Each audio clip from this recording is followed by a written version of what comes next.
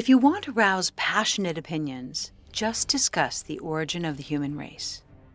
Some people of faith still argue the literal, biblical perspective, that we were created in an instant by a creator, while the scientific community has long claimed that we are the result of pure evolution. As it turns out, more and more evidence is showing the likelihood that both theories actually hold some truth.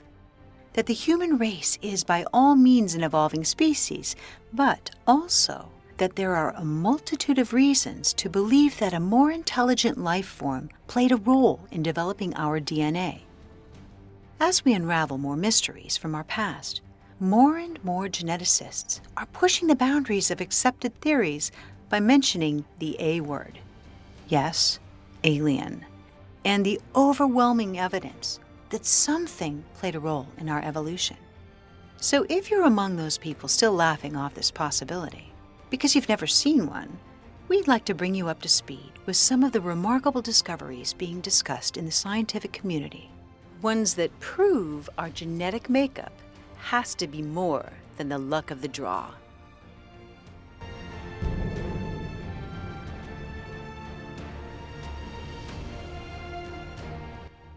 Biological SETI. Some things are so exquisitely created, there had to be an artist involved. This appears to be the story of our DNA.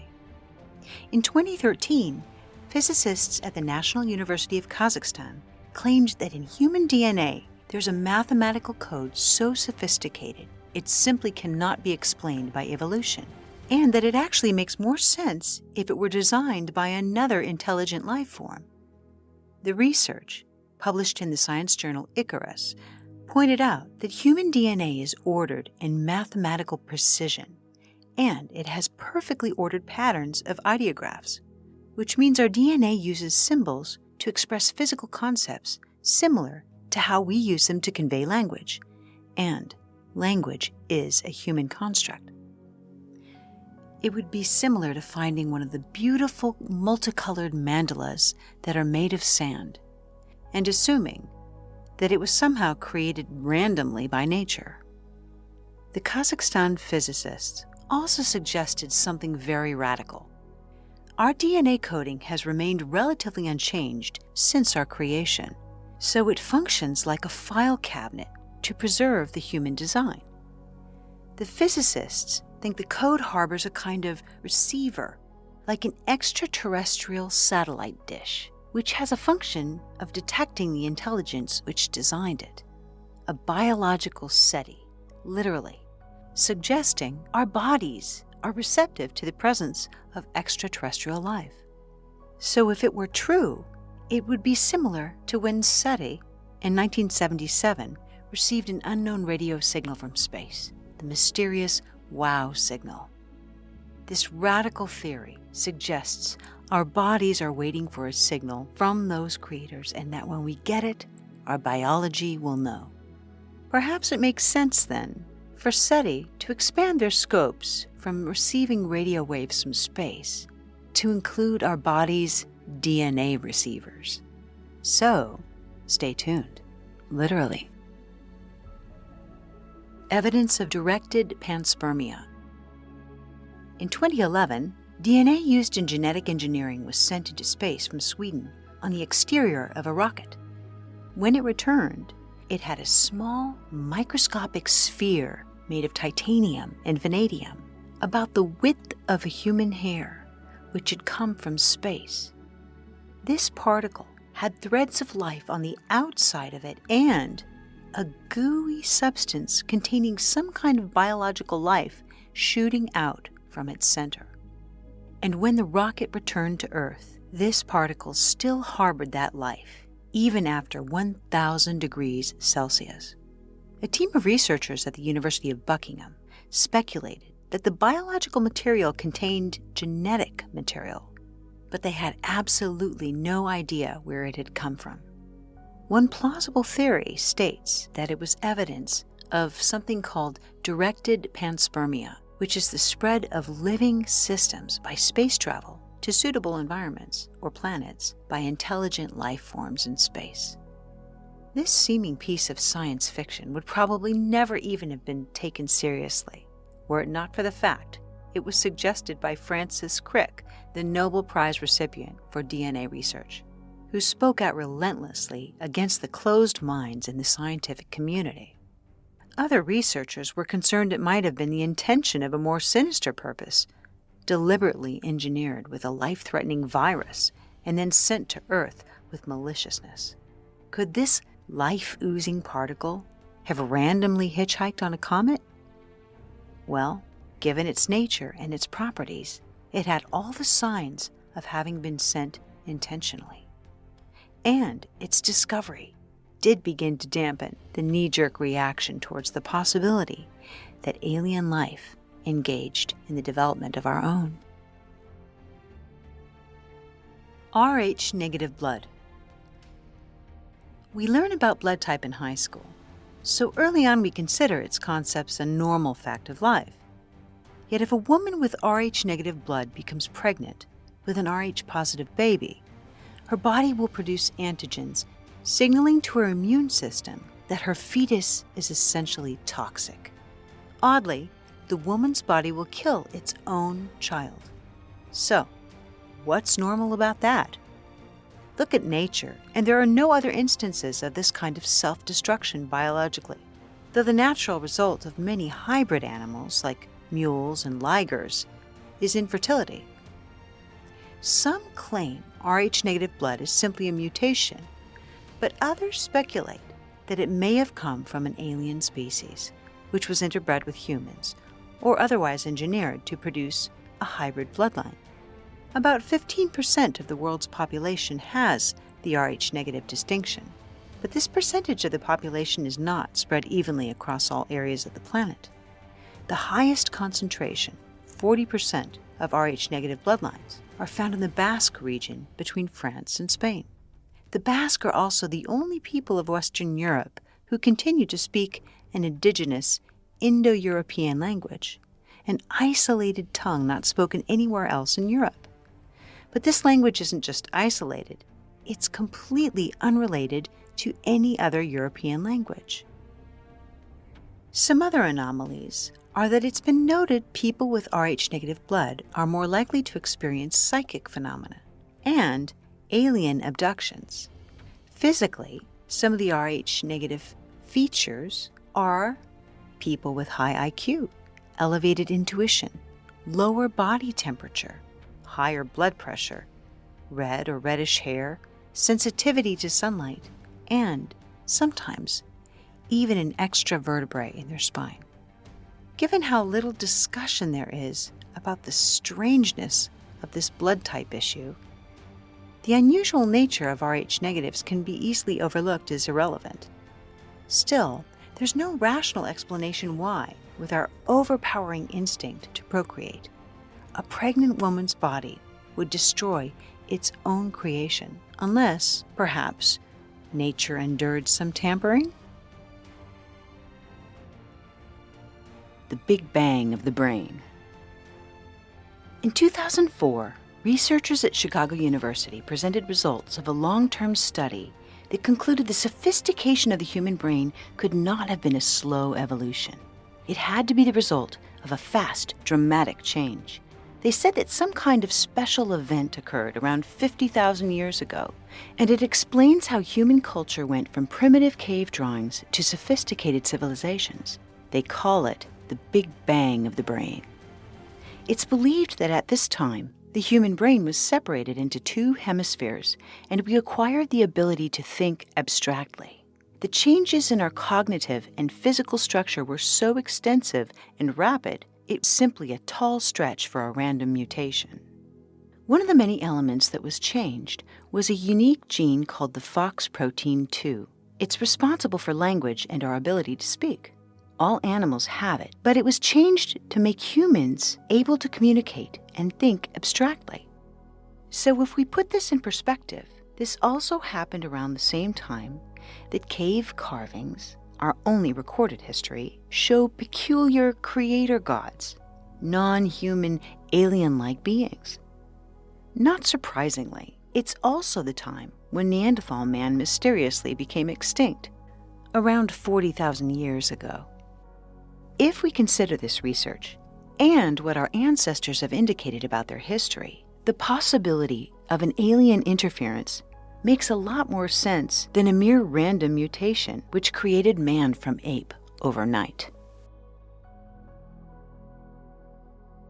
Still missing, the missing link.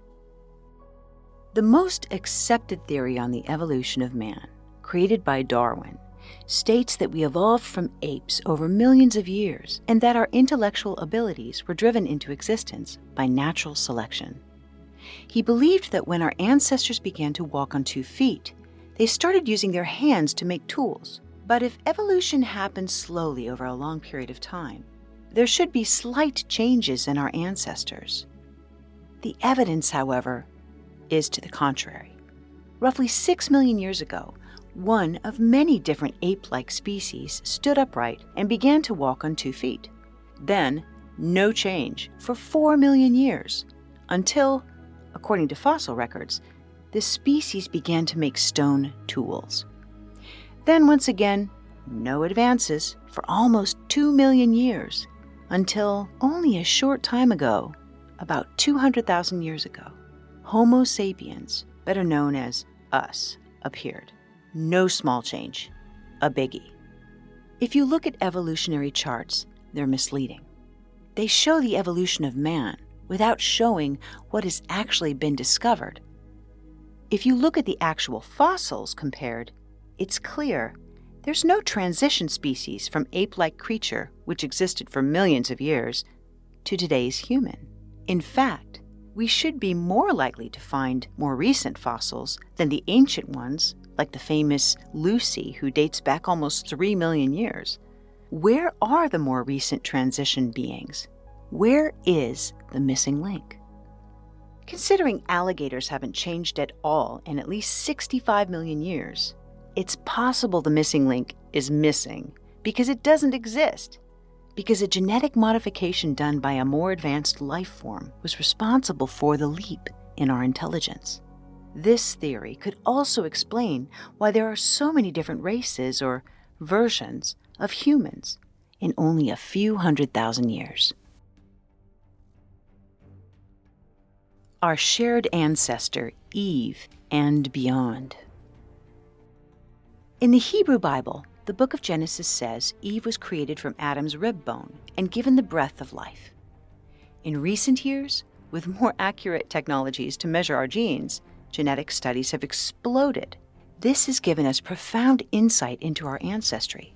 There's evidence every human being alive today can trace our lineage back to a single, common female ancestor of African origin who lived around 200,000 years ago.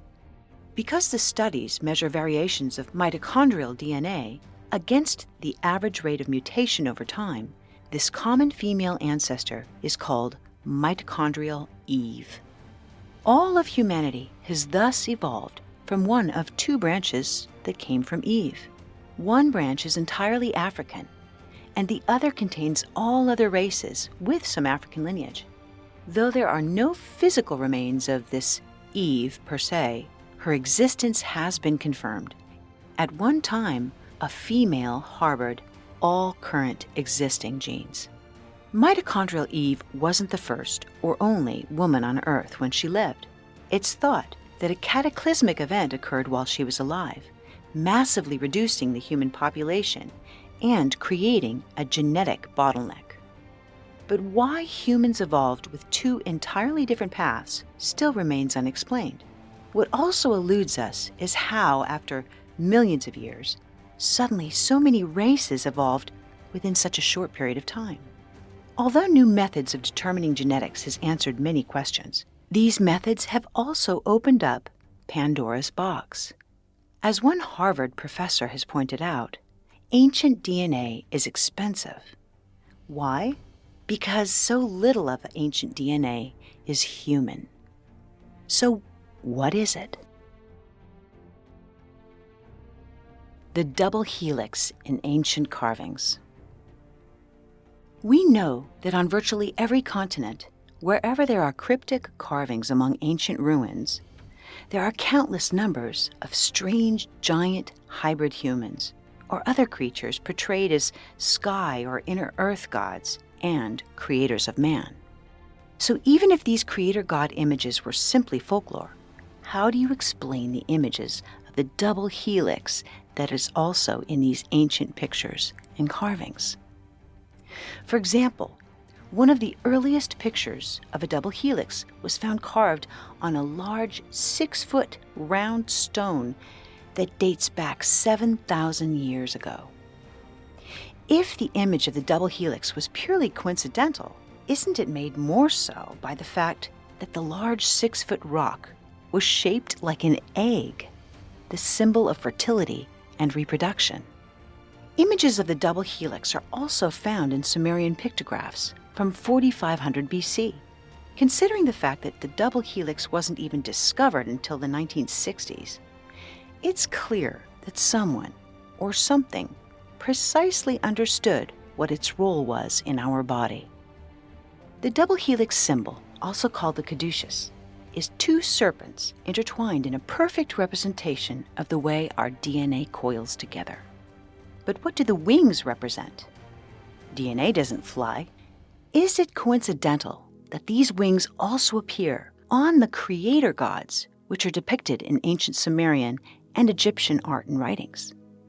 Could it be that the DNA symbol also depicts its source, those who descended from heaven to earth? In these images, those beings actually have wings. Just as a reminder, the caduceus is often incorrectly used as a symbol for medical practice due to confusion with the traditional medical symbol, the rod of Asclepius, which has only one snake and is never depicted with wings. Finally, there is one more dot to connect here. In ancient Greece, the caduceus represented Hermes, or later, the same god by the Roman name Mercury, and the undertakings associated with that god. Those responsibilities were alchemy, or the transformation of matter, commerce, meeting business ends, and death. So, is it also coincidence that these were the undertakings of the so-called Anunnaki, according to ancient Sumerian tablets? These tablets tell the story of those creator gods who descended from heaven to earth, genetically transforming existing hominids, the Neanderthal, for the purpose of their commerce in order to serve their race. Pure coincidence? Evidence of a destroyed planet. If the possibility of alien life seems too remote, it's worth noting a few things about our own solar system and the potential that life may have existed here when other planets had inhabitable environments. For example, in the 18th century, a German astronomer, Johann Tetius, noted a mathematical pattern in the layout of the planets, and he predicted the existence of another planet between Mars and Jupiter. Immediately, astronomers collectively sought to find it, but instead of a planet, they found what appeared only to be pieces of one. This area is known as our solar system's asteroid belt. This hypothetical planet was called Phaethon, after the offspring of the sun god Helios in Greek mythology. But other legends claim there was a planet called Maldek in our solar system, which was destroyed by its own violent inhabitants eons ago. The legend states that some of its inhabitants managed to escape and colonize Earth, and that roughly 3/4 of our population are these descendants. If you insist that evolution is linear, this legend is a stretch. However, it does leave one wondering why the otherwise perfectly mathematical pattern of our solar system has a vacancy. Evidence of nuclear destruction on Mars. If Maldek wasn't home to alien life, one other planet might have been. Recently published news shows that Mars had vegetation and flowing water. In fact, there's water there still at the pole. NASA has known for some time, however, that Mars has a very high concentration of the gas isotope xenon-129 in its atmosphere. Xenon-129 is radioactive, It also does not occur naturally. It's the result of a nuclear explosion. It was determined back in 1972 that a nuclear reaction had taken place on Mars approximately 1.7 billion years ago. The head of the United States Atomic Energy Commission, the late Dr. Glenn Seaborg, won a Nobel Prize for his work in the synthesis of heavy elements. This notable scientist said, "There is no way a nuclear reaction could have happened naturally on Mars." So, if the reactions weren't natural, the implication is that intelligent beings caused them. It's already happening. In conclusion, if the collection of these facts still leaves room for doubt, or if it still seems far-fetched that some being could make or manipulate or arrange a biological pattern as small and fascinating as DNA, there's only one fact left to share. We're already doing it. Synthetic DNA made its first public debut in 1967, and for the last 50 years, it's likely that the published discoveries are years behind where technology has actually gone. You only need to compare Morse code to a cell phone or the first camera to the Hubble telescope to see the speed of technology in a few decades. So who knows what's really happening now behind closed doors with the manipulation of DNA? So on that day when alien beings descend and say, "Take me to your leader," we might need to greet them with, "Hey, Dad." Till then, consider what these facts and discoveries propose, and keep an open mind. Thank you for watching, and hit the like button if you enjoyed this video. We hope you'll subscribe, and if you'd like to be notified of future releases, just hit the bell button.